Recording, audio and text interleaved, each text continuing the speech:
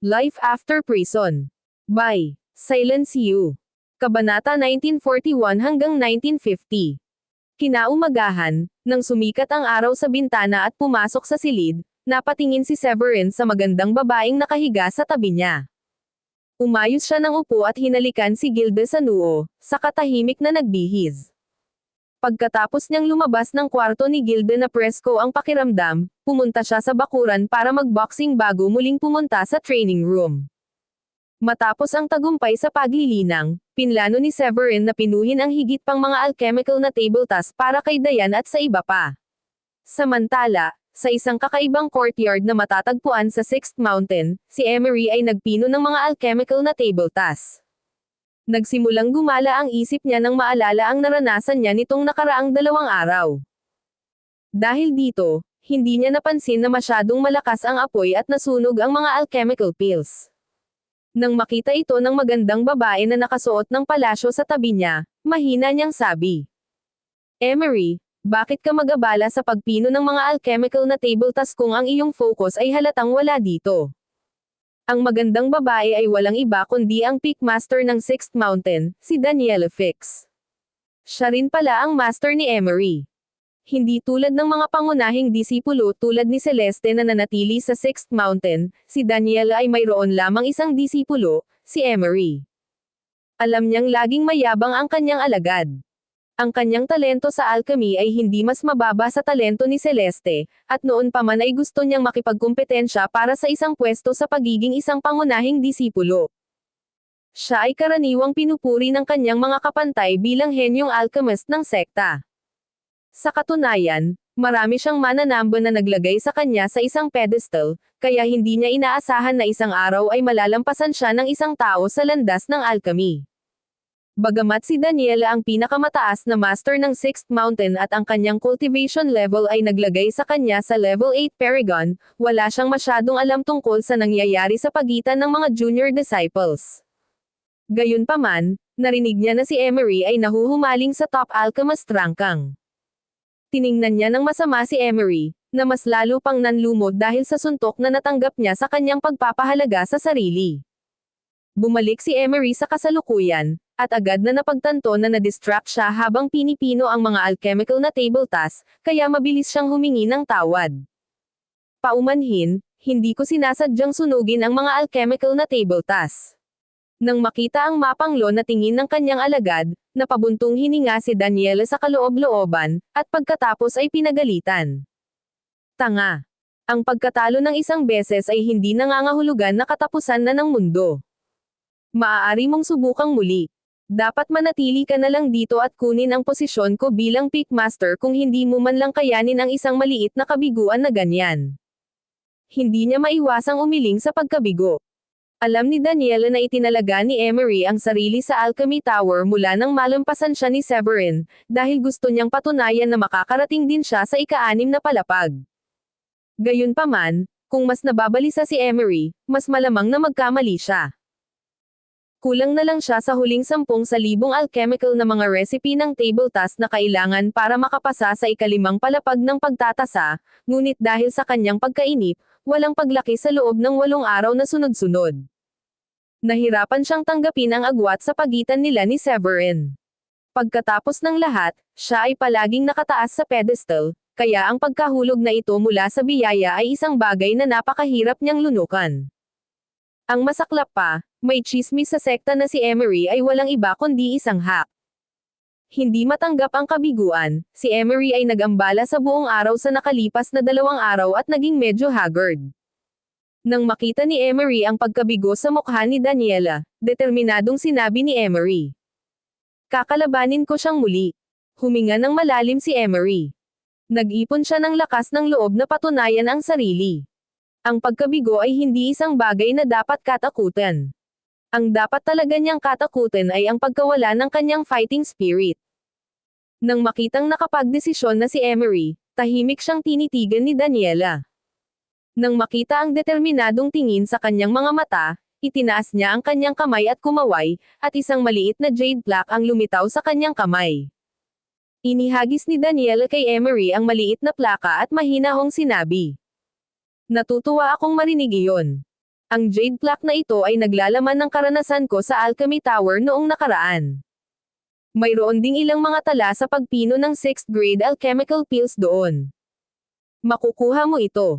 Pagkatapos ng isang paghinto, lumapit siya kay Emery, hinaplos ang ulo niya, at mahinang sinabi. Emery, tandaan mo, ang pagkatalo sa iba ay hindi katapusan ng mundo. Katapusan lang ng mundo kung mahuhumaling ka na talunin ang kalaban hanggang sa mawala ang iyong sarili. Naiyak si Emery sa panghihikayat ni Daniela, ngunit pinilit niya ang sarili na huwag hayaang tumulo ang mga luha. Siya pagkatapos ay tumanggo ng seryoso upang ipakita ang kanyang malakas na fighting spirit. Huwag kang mag-alala, Miss Daniela. Talagang mananalo ako laban sa kanya sa susunod. Si Emery ay kilala bilang pangalawang alchemy henyo pagkatapos ng Celeste sa Grandi Uno Sect. Gayunpaman, gusto niyang ipagmalaki na hindi siya mas masama kaysa kay Celeste. Sa katunayan, maaaring siya ang naging pangunahing disipulo kung walang Forest Constitution si Celeste. Siya sana ang bida sa anumang sitwasyon. Naging maayos ang lahat hanggang sa nakilala niya si Severin sa Alchemy Tower ilang araw na ang nakalipas. Ang kanyang pagmamataas ay nabasag sa 1,000 piraso sa sandaling nalampasan siya ni Severin. Iyon ang unang pagkakataon na nakaranas siya ng kabiguan at nahulog siya sa kawalan ng pag-asa. Marahil pagkatapos ng kabiguan na ito, matututo si Emery na maging mas mapagpakumbaba, naisip ni Daniela nang makita niya ang determinasyon sa mga mata ni Emery. Pamilyar na pamilyar siya sa karakter ni Emery dahil siya ang naging master niya mula pa noong siya ay maliit. Alam niya na inakala ni Emery na siya ang pinaka-talented na tao pagdating sa alchemy. Minsan ay minamaliit pa niya si Celeste sa pamamagitan lamang ng pag-aakalang kaya niya itong tumaas sa katayuan. Gayunpaman, ang katotohanan ng bagay ay, si Celeste ay talagang mas talentado kaysa kay Emery. Pagkatapos ng lahat, ang Grandi Uno Sect ay walang reputasyon na ibigay ang katayuang iyon sa sinuman. Magandang bagay ang magkaroon ng kumpiyansa. Maglaan ng ilang araw para maging pamilyar sa nakasulat sa jade plaque. Hindi pa huli ang lahat para hamanin si Severin pagkatapos mong malagpasan ang ika-6 na palapag. Madiin na tumango si Emery. Siya ay bumuti ng mabilis pagkatapos basahin ang Danielas, isang Paragon Cultivator at isang 7th grade alchemist, at karanasan sa alchemy. Sa loob lamang ng 2 araw, matagumpay niyang nalampasan ang ika-5 palapag ng Alchemy Tower at pinahusay ang kanyang ranggo sa ika-3 pwesto, na magkasamang pumangatlo kasama si Severin. Nadobol ang kumpiyansa niya dahil doon, at dumiretso siya sa Pearlite Isle para hamanin si Severin. Samantala, nagpapahinga si Severin sa looban nang biglang nakita ng kanyang banal na sentido ang isang mahabang bahaghari na bumabagsak mula sa langit, at sa wakas ay tumigil sa labas ng Pearlite Isle. Sa loob ng bahaghari ay isang babaeng nakasuot ng puting damit, may magandang figure, at maputi ang balat. Siya ay walang iba kundi si Emery, na minsang nakilala ni Severin. Medyo natarante si Severin. Anong ginagawa niya dito sa ganitong oras? Sa totoo lang, hindi niya talaga gusto si Emery, na sa tingin niya ay talagang mayabang. Pagkarating sa labas ng Pearlite Isle, tahimik na tumingin si Emery sa porma sayon na nagpoprotekta sa isla na may mga mata na puno ng fighting spirit at determinasyon. Severin, hinahamon kita sa isang kompetisyon ng alchemy sa Alchemy Tower sa loob ng 7 araw. Kalmadong deklara ni Emery. Kasabay ng pag-wave ng kanyang kamay, isang sulat ng hamon ang agad na lumitaw at lumipad patungo sa Pearlite Isle. Alam ni Emery na matatanggap ni Severin ang kanyang letter of challenge, dahil hindi niya itinago ang kanyang aura. Siguradong mararamdaman niya ang aura nito hanggat nasa isla pa siya. Natigilan si Severin nang marinig niya ang hamon, ngunit mabilis siyang umiwas dito at binuksan ang porma sayon para makalusot ang sulat ng hamon. Sa sandaling iyon, halos naunawaan ni Severin ang layunin ni Emery. Hulaan niya na ayaw tanggapin ni Emery na nalampasan niya siya sa top alchemist ranking, kaya naisipan niyang talunin siya.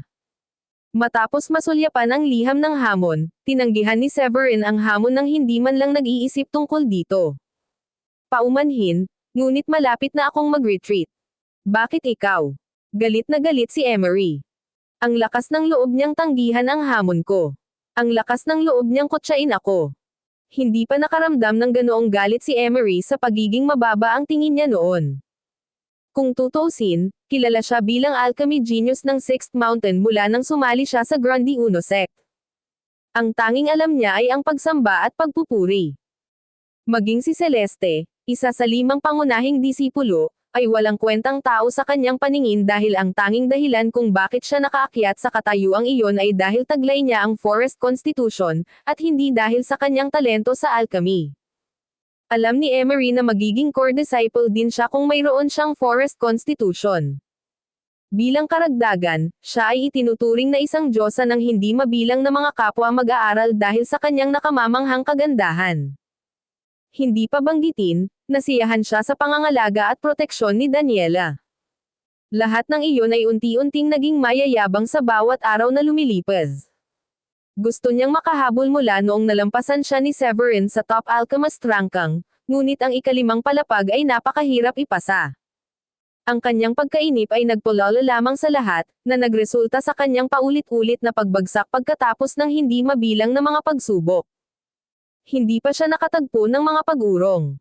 Matapos ang kabiguan na ito, unti-unting naging bangungot si Severin sa kanya. Mananatili pa rin siya sa walang katapusang ikot ng kawalan ng pag-asa kung hindi dahil sa pagpapalakas ng loob ni Daniela. Sa wakas, nakapasok si Emery sa 6th grade sa tulong ng maliit na jade plaque na ibinigay sa kanya ni Daniela. Dahil dito ay nagkaroon siya ng kumpiyansa na pumunta sa Pearl Light Isle upang hamanin si Severin, umaasang talunin si Severin ng hayagan sa alchemy sa harap ng kanilang mga kasamahan upang mabawi ang kumpiyansang nabasag pagkatapos ng huling kabiguan.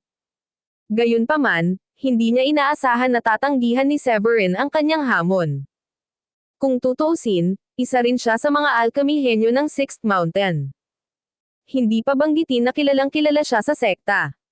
Bagamat hindi siya kasing talino ni Celeste, Carl, o ng iba pang mga pangunahing disipulo, siya ay nasa ika-9 na ranggo sa listahan ng henyo ng sekta. Bukod dito, nakita ni Emery ang dahilan ni Severin sa pagtanggi sa kanya na katawa-tawa. Sinabi niyang muli siyang Autres, ngunit sa pagkakaalam niya, nakalusot lang siya sa level 5 Supreme Saint hindi pa lang, kaya paano siya makakalusot muli ng ganoon kabilis? Kaya naman, hindi naiwasang isipin ni Emery na minamaliit siya ni Severin. Paanong hindi ito magagalit sa kanya? Lalong naguluhan si Severin nang makita kung gaano kagalit si Emery. Para siyang pusa na nakataas ang mga hackles. Hindi siya interesado sa challenge na inilabas ni Emery, dahil magsasanay talaga siya sa pag-iisa, kaya hindi lang basta-basta dahilan ang ginawa niya. Noong nakaraan, nagtrabaho siya ng walang tigil upang pinuhin ang ilang Crystal Spring Pills para sa kanyang mga asawa at elder, na nagpatibay sa kanyang pundasyon bilang level 5 Supreme Saint. Sa bawat oras na pinipino niya ang isang batch ng alchemical pills, ang espiritual na enerhiya sa kanyang katawan ay dinadalisay, na nagparamdam din sa kanya ng bottleneck ng kanyang sariling paglilinang.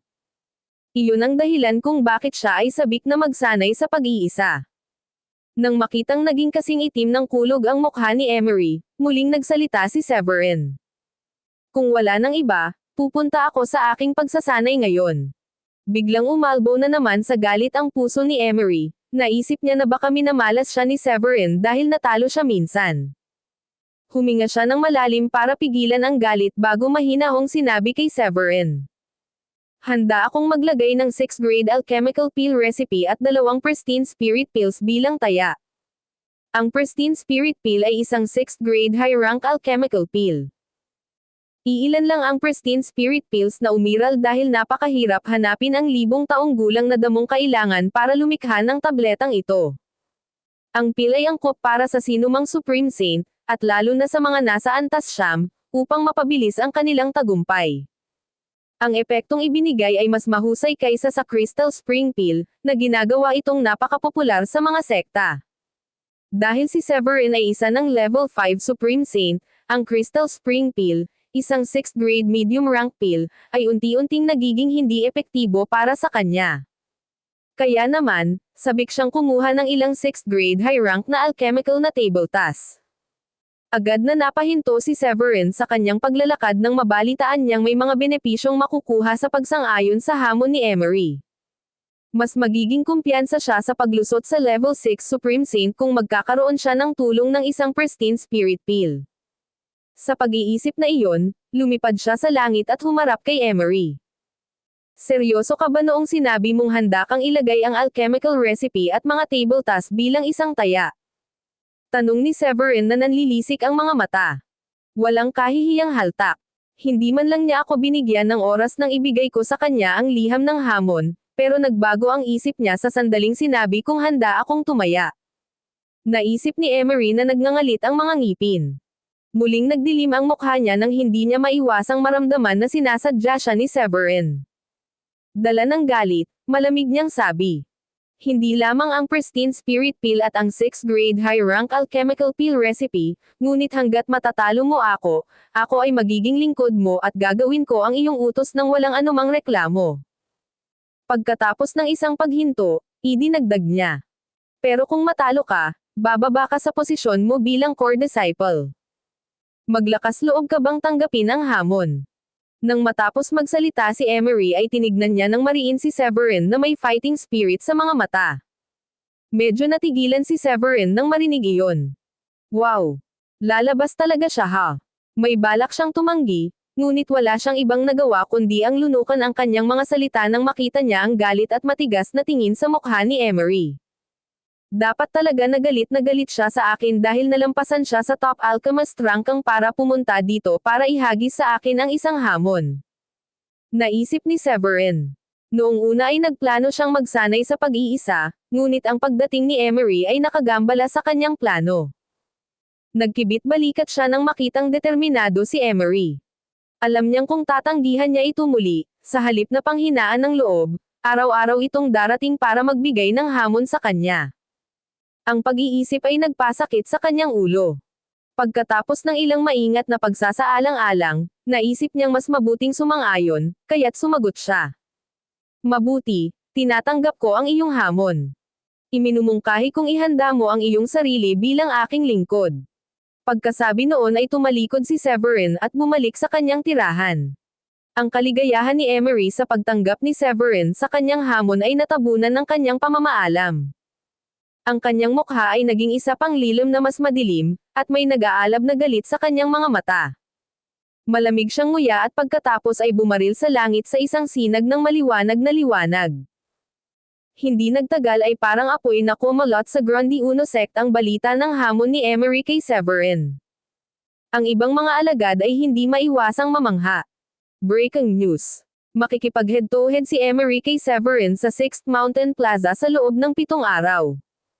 Anong kalokohan? Hindi ko makaligtaan ang labanan sa pagitan ng dalawang alchemy genius. Ang isa ay si Emery, na kilala bilang alchemy genius ng 6th Mountain, at ang isa pang Severin, na nakarating sa ika-6 na palapag ng Alchemy Tower sa loob lamang ng kalahating taon. Ito ang tiyak na magiging pinakaastig na labanan sa siglo. Sa tingin ko, matatalo si Severin. Ang master ni Emery ay ang peak master ng 6th Mountain kung tutuusin, na dating elder sa Alchemist Hall noon. Dapat may tiwala si Emery na mananalo siya dahil nang ahas siyang maglabas ng hamon. Hihihi. Ang taya ko ay si Severin ang mananalo. Ang kompetisyon na ito ay hindi lamang nagdulot ng sensasyon sa mga alagad, ngunit nakakaakit din ng atensyon ng maraming elder. Una, sinira ni Oscar ang nakasanayan sa pamamagitan ng paggawa kay Severin na pang-6 na pangunahing disipulo, na nagudyok sa maraming elder na pumunta kay Oscar upang magsimula ng kaguluhan. Pagkatapos ng lahat, mula nang itatag ang Grundy Uno sect halos 10,000 taon na ang nakalilipas, wala pang ika-6 na pangunahing disipulo. Nozanay ang lahat sa kasalukuyang kalagayan na 5 pangunahing disipulo lamang. Kaya, ang biglaang paglitaw ng ika-6 na pangunahing disipulo ay nagdulot ng malaking sensasyon sa sekta. Nang maglaon, pagkabalik ni Ferland mula sa Sagradong Lawa, unti-unting napagtanto ng mga elder na ito na si Severin ay may pambihirang mga kwalifikasyon at nagtataglay ng ilang pinakamataas na antas ng Divine Constitution, at nagatubili silang tinanggap ang kanyang pagkakakilanlan bilang isang pangunahing disipulo. Nang maglaon, nagawa ni Severin na talunin si Xiam, ang elite na disipulo na nireranggo sa ika-10 sa listahan ng mga henyo, sa ilang hakbang lamang. Dahil doon ay naging tanyag siya sa buong sekta dahil si Severin ay level 4 Supreme Saint lamang habang si Xiam ay level 5 Supreme Saint. Sa panahong iyon din na parami ng paraming elder ang nakapansin kay Severin at nadama nila na nararapat para sa kanya na maging ika-6 na pangunahing disipulo. Gayunpaman, ang talagang nagpapansin kay Severin ng bawat elder sa sekta ay nang makaakyat siya sa ika-6 na palapag ng Alchemy Tower at nalampasan si Emery sa rangkang. Si Emery ang pangalawang pinakatalentadong alchemist ng sekta pagkatapos ni Celeste at ang punong piling alagad ni Daniela. Hindi banggitin na siya ay isang makapangyarihang level 6 Supreme Saint. Bagamat ang kanyang lakas ay maituturing lamang na namumukod tangi sa maraming piling mga disipulo, ang kanyang talento sa alchemy ay naglagay sa kanya ng higit sa iba, at siya ay pinaburan ng maraming elder. Kaya naman, maraming elder ang nakakaramdam ng pagkagulat nang malaman nilang nalampasan ni Severin si Emery at naging pangatlo sa top alchemist ranking. Kasabay nito, lalong lumaki ang kasikatan ni Severin. Sa katunayan, may mga nagsabing malalampasan pa niya si Celeste nang wala sa oras. Kaya, paanong hindi magpapansinan ang mga elder nang marinig nilang makikipagkumpetensya si Severin kay Emery sa alchemy sa loob ng 7 araw. Samantala, sa napakagandang bulwagan ng sekta ng First Mountain ay nakaupo ang ilang elder na pawang level 9 Paragon, gayon din ang mga pinakamataas na pinuno ng siyam na bundok ng Grandi Uno sect. Si Oscar, na nakaupo sa upuan ng Grand Preceptor, ay tahimik na nakikinig sa mga ulat ng mga elder. Isang matipunong lalaki na nakasuot ng berdeng damit na may nakakatakot na aura ang nag-alala kay Oscar. Ang kasalukuyang sitwasyon sa South Sky ay hindi optimistiko. Pinagsama-sama ng Pure Void Sect at Dayform Sect ang kani-kanilang mga saintmen at goddess. Sa madaling salita, nasa panganib ang Grandi Uno Sect. Ang taong nagsalita ay ang Peak Master ng ika-9 na Peak, na pinangalan ng Oro Thrace, na pangunahing responsable para sa panlabas na pag-unlad ng sekta. Agad na sumimangot sa kaba ang ibang elder at Peak Masters sa bulwagan nang malaman nila ang sitwasyon. Maaaring mawala ang katayuan ng Grandi Uno Sect bilang numero 1 sekta sa South Sky kung magsasama ang Pure Void Sect at Dayform Sect sa isa. Ang pagkawala ng kanilang katayuan ay isang bagay, ngunit ang buong bagay ay maaaring makaapekto sa kanilang mga pagkakataon sa Starry Sky Battle Space, kaya alam ng lahat kung gaano kahalaga ang pagtapak ng maingat. Nang makitang tahimik ang lahat, tumayo ang isang lalaking nasa katanghaliang gulang na may kulay abong mga templo at sinabi, Mr. Oro, masyado kang nag-aalala. Lahat ng aming 5 core disciples ay level 9 Supreme Saints, at malapit na silang mag-breakthrough sa Realm of Paragon. Kapag natapos na ang competition, makakapag-training na sila sa Secret Realm, kaya sa lahat ng posibilidad ay makaka-advance sila sa level 5 Paragon sa oras na ito sa susunod na taon. Kaya ang aming sekta ay tiyak na mapapanatili ang aming sekta bilang Star Space bilang isang sekta. Ang Starry Sky Battle Space ay isang lihim na kaharian na matatagpuan sa South Sky. Nabalitaan na may kaugnayan ito sa kuweba ng sinaunang immortal. Bawat daang taon, ang lihim na kaharian na ito ay lilito sa mundo.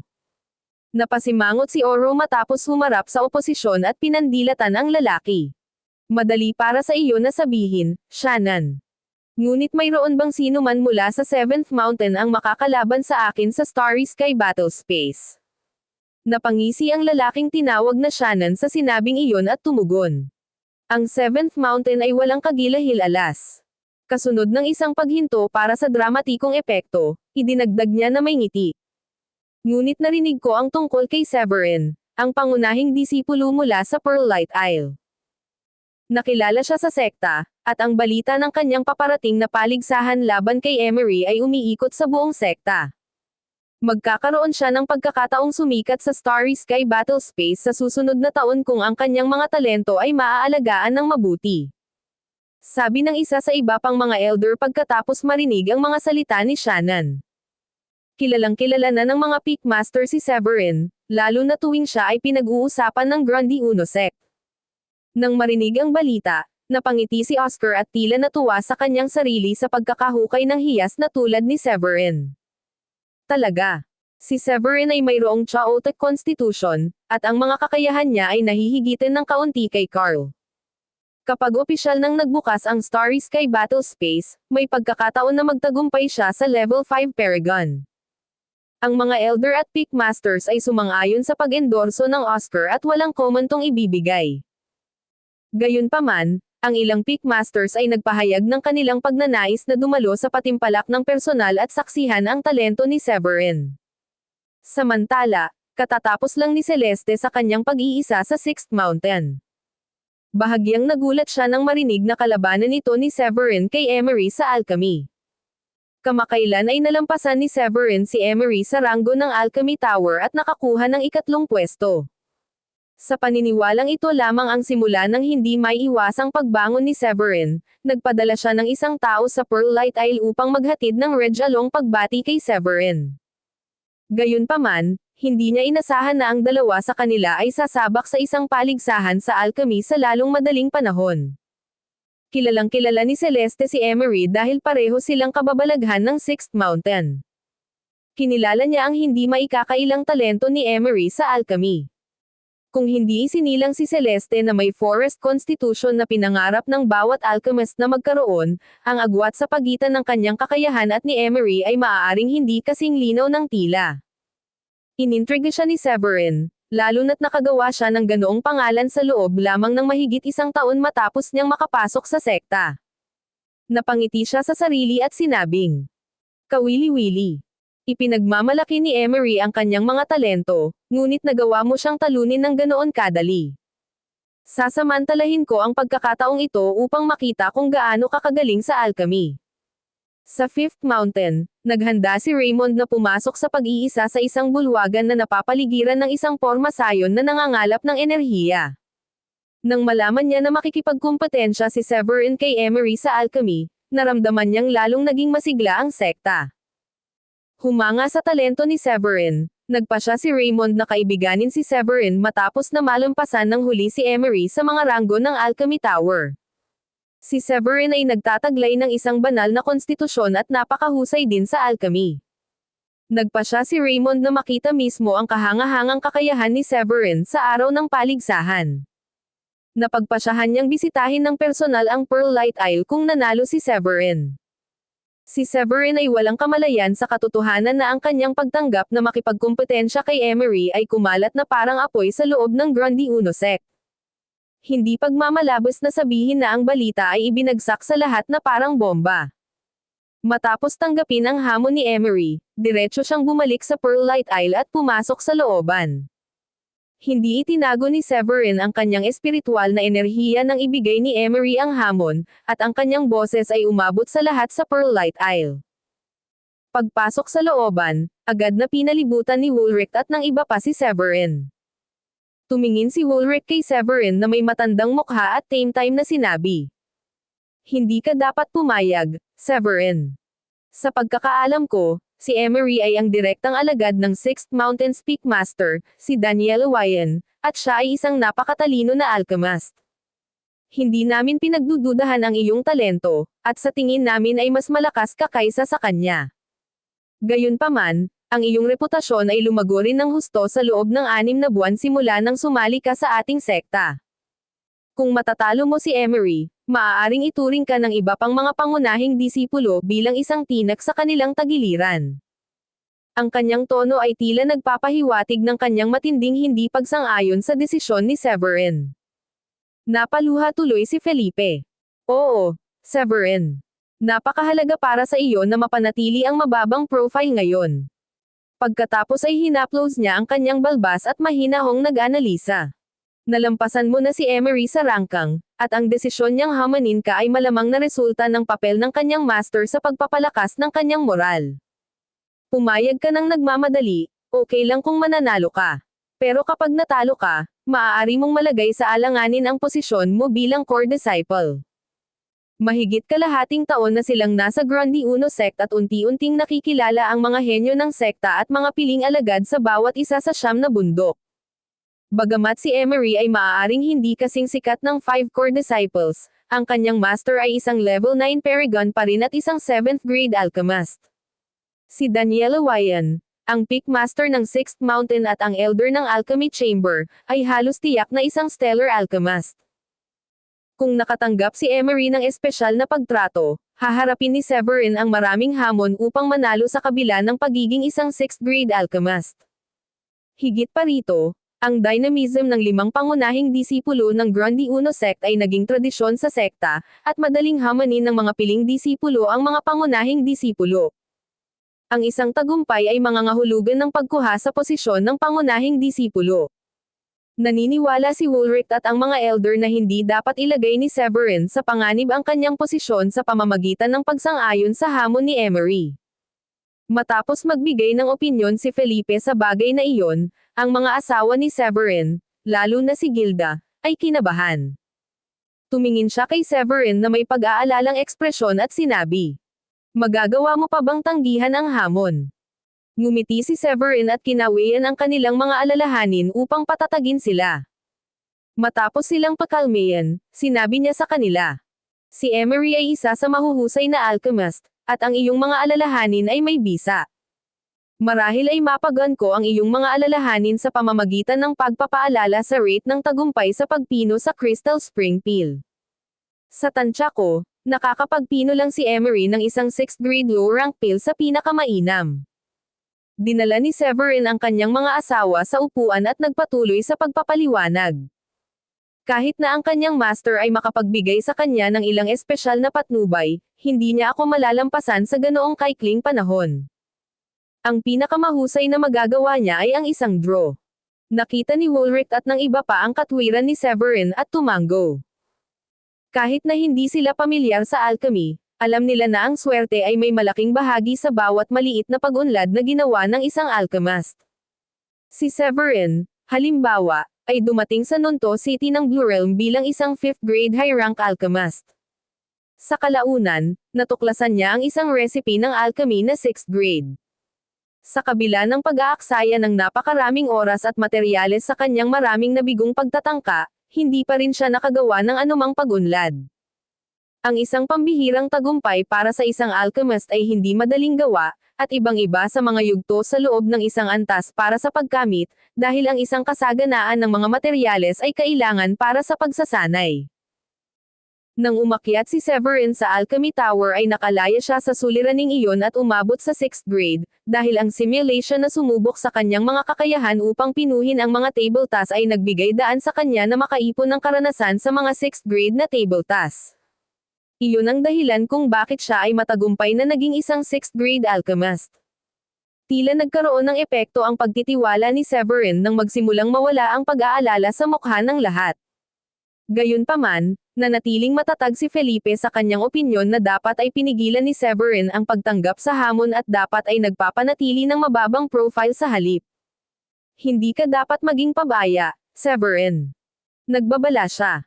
Mayroon pang kalahating taon bago ang panloob na torneo ng sekta, at ang torneo na ito ang susi sa pag-secure ng isang tiyak na paglalakbay sa isang lihim na lugar. Ang pagtangkilik sa oras na ito ay maaaring makaakit ng atensyon ng 5 pangunahing disipulo, at ito ay maaaring makasama sa iyo ng higit kaysa sa kabutihan. Idiniin ni Felipe ang pag-iingat laban sa mga pangunahing disipulo, na ang mga kakayahan at talento ay hindi nila alam maliban sa mga alingawngaw na nagsasabing lahat sila ay mga powerhouse. Ang mga Supreme Saint ay nasa lahat ng dako sa Blue Realm, at ang mga Royal Saint ay itinuring na bahagyang mas mahusay kaysa sa isang aso. Bilang dating elder ng Sky Blue Sect, alam na alam ni Felipe ang politika sa loob ng internal affairs ng sekta, kaya't nagpasya siyang mag-ingat sa pagdating nila sa Grundy Uno Sect.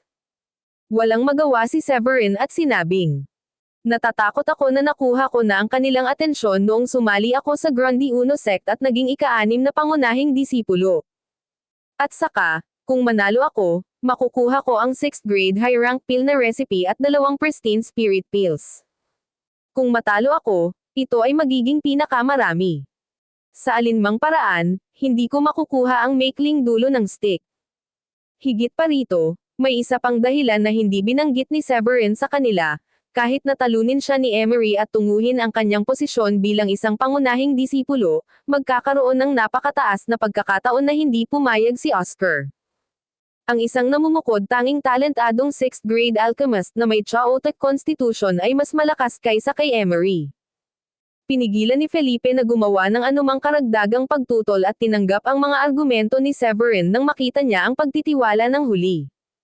Ngumiti siya ng nakakaloko at sinabing, "Marahil ay nagiging mas duwag ako habang tumatanda ako." Napangiti na lamang si Woolrich sa sinabi ni Felipe. Kung tutuusin, wala tayo sa teritoryo ng Sky Blue Sect. Lahat ng ambisyon ko ay inilagay sa back drawer pagkatapos ng mahigit kalahating taon mula noong dumating tayo. Hindi ginawa ni Woolrich ang pahayag na iyon para lamang suportahan si Felipe. Totoong naramdaman niya iyon pagkatapos makatagpo ng mga individual na mas malakas kaysa sa kanila sa Grande Uno Sect. Mula noon ay lumipat ang kanyang pananaw patungo sa kalmado at pag-iingat na iyon. Naunawaan ni Severin kung saan sila nanggaling. Maaaring ihalin tulad ng isang tao ang Sky Blue Sect sa isang maliit na puddle at ang Grande Uno Sect sa isang malawak na karagatan, kahit isang malaking isda ay hindi maaaring mabuhay sa isang maliit na puddle, mas mababa ang tuktok na mandaragit tulad ng mga peteng. Kung ang talento ni Severin ay katamtaman, maaaring nakinig siya sa payo ni na Woolrich at Felipe na humiga at maingat na tumapak. Gayunpaman, ang kanyang talento ay hindi karaniwan. Ang landas ng mga practitioner ay lumabag sa kalikasan. Palaging may kompetisyon, makasama ang mga tao, ang mga batas ng langit, o iba pang mortal na bagay. Ang mga natatakot na magsikap na manalo laban sa kompetisyon ay dapat sumuko sa kanilang mga pangarap na umakyat sa mas matataas na larangan. Pagkalipas ng 7 araw, natapos na ang oras ni Severin sa pag-iisa. Sa sandaling sumilip ang araw sa abut-tanaw at minarkahan ang pagsisimula ng isang bagong araw, nagbihis siya at nag-refresh bago lumabas sa courtyard. Naroon na si Woolrich at ang iba pa, tila naghintay ng ilang oras. Nang makita nila ang pagdating ni Severin ay lumapit sa kanya si Diane at inayos ng kaunti ang damit. Ngumiti ito sa kanya at sinabing, "Handa nang umalis, Severin." Ngumisi si Severin at tumango. "Oo. May tiwala akong mananalo ako." Ang grupo pagkatapos ay bumangon sa hangin at nag-transform sa isang cascade ng rainbow-colored rays habang sila ay dumiretso sa Alchemy Tower sa 6th Mountain. Pagdating sa Alchemy Tower, nakita ni Severin ang libu-libong mga disipulo na nagtitipon sa lugar. Isang koro ng hiyawan ang bumungad sa kanyang hitsura. "Tingnan mo, nandito si Severin. Naiintindihan ko kung bakit siya ang napili ng aming leader ng sekta bilang ika-6 na pangunahing disipulo. Hindi ko inaasahan na ganoon pala siya kahusay sa alchemy. Napakagwapo niya. May divine constitution siya, at kasing lakas siya ni Emery sa alchemy." Sa hindi nakakagulat, maraming mga babaeng alagad ang napanganga sa pagiging kaakit-akit ni Severin. Nasa kanya ang lahat lakas, talento, at kagwapuhan. Gayunpaman, nalipat ang kanilang atensyon sa 4 na babae sa tabi ni Severin. Sa kabila ng kanilang magkaibang kasuotan, ang quartet ay lumakad ng maganda kasama niya. Sa pamamagitan ng lace na nakatikip sa kanilang mga braso, mga sapatos na sutla na pinalamutian ang kanilang mga paa, at berdeng mga ipit ng buhok na nakasecure sa kanilang masarap na buhok, sila ay nagmukhang mga anghel mula sa isang mahusay na pag-awit ng mga likhang sining at iginuhit ang naiinggit na mga sulyap mula sa mga babaeng disipulo. Di nagtagal pagkatapos dumating si Severin at ang kanyang entourage, isang bahid ng liwanag ang tumagos sa kalangitan at dumaong. Dumating si Emery na naka-green gown. Ang kanyang itim na buhok ay lumipad sa hangin, at ang kanyang min ay naglabas ng masiglang sigla na nagpatingkad ng determinasyon sa kanyang mga mata. Si Emery naman. "Nakuha mo ito, Emery. Magiging pinakamahusay ka sa amin magpakailanman." Pagkarating ni Emery, 2 pang kulay bahaghari na guhit ng liwanag ang bumungad sa malayong kalangitan at dumaong. Ang atensyon nila ni Severin dahil nakasuot sila ng robe na eksklusibong ibinigay kay Cor Severin ay napatingin sa pinakabatang lalaki sa kanila. Ang lalaki ay nakasuot ng berdeng balabal at may matangkad at matibay na figure. Kahit na ang kanyang hitsura ay tila ordinaryo, isang malakas na aura ang lumabas mula sa kanya. Ang surge ng kanyang level 9 Supreme Saint Energy ay bumulwak na parang rumaragas ang ilog, at ang density ay napakalakas na tila nagdulot ng hiyawan dahil sa alitan sa hangin. Siya ay nakatayo doon nakahanga-hanga at nag-utos ng sindek mula sa mga nakadama ng kanyang presensya. Tumango ang lalaki na si Raymond kay Severin matapos maramdaman ang tingin ng huli. Ang ibang tao, isang babae, ay nagpakita ng kagandahan at kagandahan. Nakasuot ng umaagos na puting damit na kahawig ng mga talulot ng puting lotus, ang mahinang pabango ng orchidaceous na halimuyak ay mahahalata kahit sa malayo. Iniisip ni Severin na ang babae ay si Celeste, at hindi nagtagal ay nakumpirma ng mga manunood ang kanyang hinala. Matapos lumabas sina Raymond at Celeste, umalangaw-ngaw ang isang alon ng mga tandang sa buong bukas na lugar sa harap ng Alchemy Tower. Hindi ba si Raymond yon? Siya ang pang-apat na pangunahing disipulo. At iyan ay si Celeste, ang ikalimang pangunahing disipulo. Hindi ba nag-iisa si Raymond sa Fekda Isle? Bakit siya sumama sa atin dito ngayon? Sino ang mag-aakala na ang paligsahan ngayon ay makakatawag ng atensyon ng dalawang pangunahing disipulo na bihirang lumabas sa kanilang mga isla? Habang pinag-uusapan ng mga alagad sa eksena ang hindi inaasahang pagdating ni na Raymond at Celeste, bumungad sa mukha ni Emery ang naguguluhan na ekspresyon. Bagamat hindi niya alam kung bakit sila naroroon, ang presensya nila ay nagpapataas ng presyon para sa kanya. Kasunod ng desisyon ni Emery na hamanin si Severin, nagsanay siya ng husto sa ilalim ng patnubay ni Daniela at matagumpay na nakagawa ng 6th grade na tableta. Kahit na ang isang pil na kasing hamong ng Crystal Spring Pil ay magbibigay daan sa kanya na magyabang ng 20% rate ng tagumpay. Gayunpaman, bahagyang tumama ang kanyang kumpiyansa nang dumating si Celeste. Huminga ng malalim, Emery. Kailangan mong maniwala sa iyong sarili. Napaiwas ng tingin si Emery at huminga ng malalim bago pinagpala ang sarili. Maya-maya, may ilang guhit pang liwanag na bumaba mula sa langit. Nang mapunta ang mga figure, kinilala sila ni Severin bilang mga elder mula sa kanilang kasuutan. Malamang na sila ang mga master ng bawat bundok, pati na rin ang iba pang elder sa loob ng hierarchy ng sekta. Wala silang ibang dahilan kung hindi para saksihan ang patimpalak. Nakilala ni Severin ang isa sa isang pamilyar na mukha sa kanila.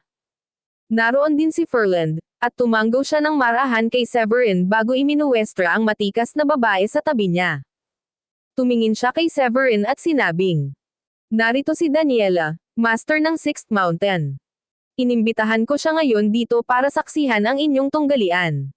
Nahawakan ang pahiwatig sa mga salita ni Ferland, magalang na binati ni Severin si Daniela. "Ikinagagalak kong makilala ka, Ginang." Napatingin si Daniela kay Severin sabay ngiti. "Hindi ako nagulat na ang aming pinuno ng sekta ay gumawa ng hindi pa nagagawang hakbang ng paghirang sa iyo bilang aming ika-6 na pangunahing disipulo. Ang iyong talento ay katumbas ng talento ng aking alagad." Napawi ang ngiti niya nang iwas niya ang tingin kay Severin. Mas naging nakalaan ang tono niya sa sinabi niya. Medyo kinilig si Emery nang nalampasan mo siya sa rankings. Si Daniela ay banayad na nagpahiwatig na ang tagumpay ni Severin ay nakaapekto sa damdamin ni Emery. Ang mabilis niyang pagbabago sa kilos ay naging dahilan ng pag-igting ng ngiti ni Severin. Sa kaibuturan, naging malamig ang impresyon nito sa kanya.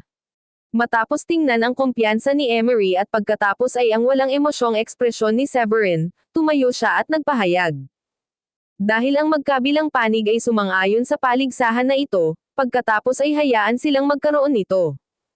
Ngumiti si Ferland at hinaplos ang kanyang goatee habang nag-anunsyo. "Ipinapahayag ko ang simula ng patimpalak na ito. Ang sinumang makakagawa ng pinakamataas na kalidad na tableta ang siyang panalo. Ang mga patakaran ng paligsahan ay diretso ito ay isang sukatan ng kanilang kahusayan sa paggawa ng mga table tasks." Sa pagtatapos ni Ferland, si Severin at Emery ay bumaba sa lupa at kinuha ang kanilang kaldero.